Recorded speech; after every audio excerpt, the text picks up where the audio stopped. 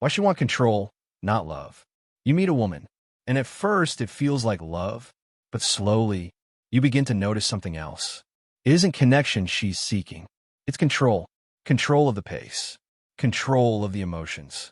Control of the meaning. Control of you. You try to love her, but you always feel like you're negotiating. Your feelings, your words, your needs, your worth. And one day the question appears quietly in your mind. Why does she want control? More than she wants love? Tonight, we decode the truth behind this pattern.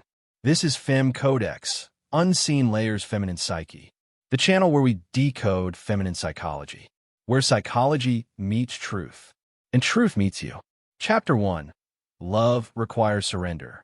Control prevents it. Love, real love, is risky. It requires openness, vulnerability, surrender, trust.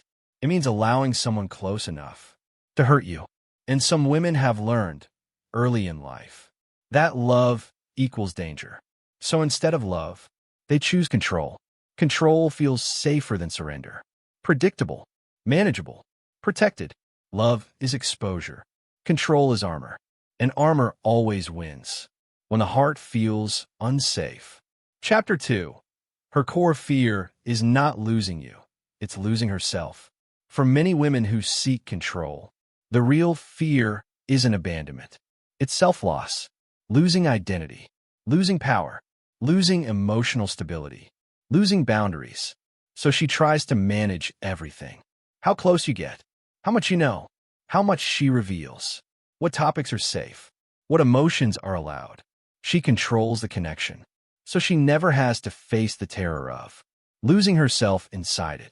Because somewhere in her past, she already did, and she promised herself, never again. Chapter 3. Why control can feel like safety. Control isn't always loud.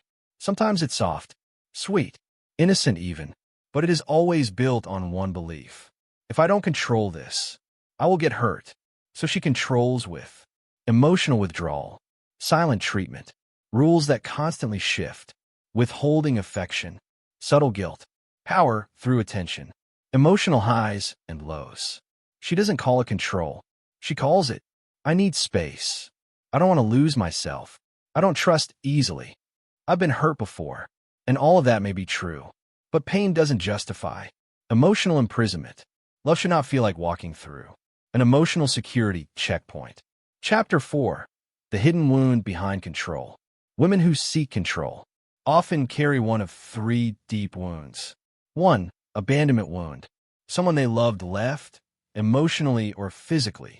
So now they leave first, but they never fully arrive. 2. Betrayal wound. Trust was shattered, so now no one gets full access. 3. Enmeshment wound. They were emotionally overwhelmed by someone else's needs, so now they guard autonomy. Like oxygen, control becomes a survival strategy, not a weapon. But even survival strategies can hurt the people we love. Chapter 5. Why she chooses control over love with you.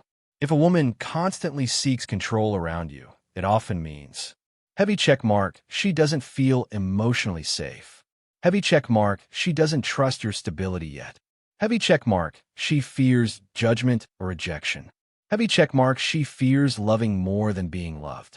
Heavy check mark, or she doesn't truly want intimacy, only reassurance. Control allows her to decide when intimacy happens. Mute your emotional needs. Avoid accountability. Never risk full vulnerability. Keep power without full presence. She wants the benefits of closeness without the risk of openness. But love cannot breathe inside emotional defense systems. Chapter 6. How men accidentally feed the control dynamic. Most men respond in one of two ways. 1. They comply. They shrink. They chase.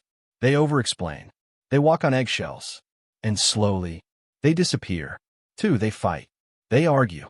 Force closeness. Demand emotions. Push back hard. And now it becomes war, not love. Neither path works. Because the answer isn't control, and it isn't submission. It is self-led presence. Chapter 7. The counter-energy, grounded masculine presence. You don't break control dynamics with pressure. You soften them through grounded stability.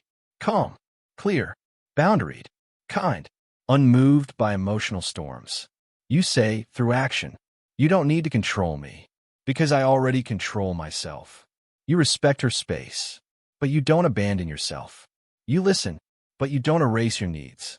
You stay open, but you don't chase love. Strong, gentle, steady. That energy is what feminine control can finally relax into. Chapter 8. When control becomes toxic. There's a line, and when it is crossed, you're no longer in a relationship. You're in a power structure. Toxic control feels like you're never enough. You're always the problem. You cannot speak freely. You fear emotional punishment. You lose yourself to keep peace. You crave approval instead of connection. When love requires self-abandonment, it is no longer love. And walking away isn't quitting. It is self-respect. Chapter 9. The FEMCODEX truth. She doesn't truly want control. She wants what control gives her. Heavy checkmark safety. Heavy checkmark predictability. Heavy checkmark protection. Heavy checkmark certainty. Heavy checkmark identity. Heavy checkmark stability. But control is only a substitute for what she really needs. Emotional safety inside herself first. Only then can she allow real love to exist. Without fear. Without walls. Without winning. Without losing. Just presence. Connection. Truth. Mutual safety. Real intimacy. Outro. Stay grounded. If you meet a woman who wants control more than love, see the wound. Respect yourself. Stay steady. And remember, love is not meant to cage anyone. It is meant to free both. This is FEMCODEX, Unseen Layers of Feminine Psyche, the channel where we decode feminine psychology. Until next time, be aware, be kind, be grounded, be whole, and never trade your self-respect for permission to stay.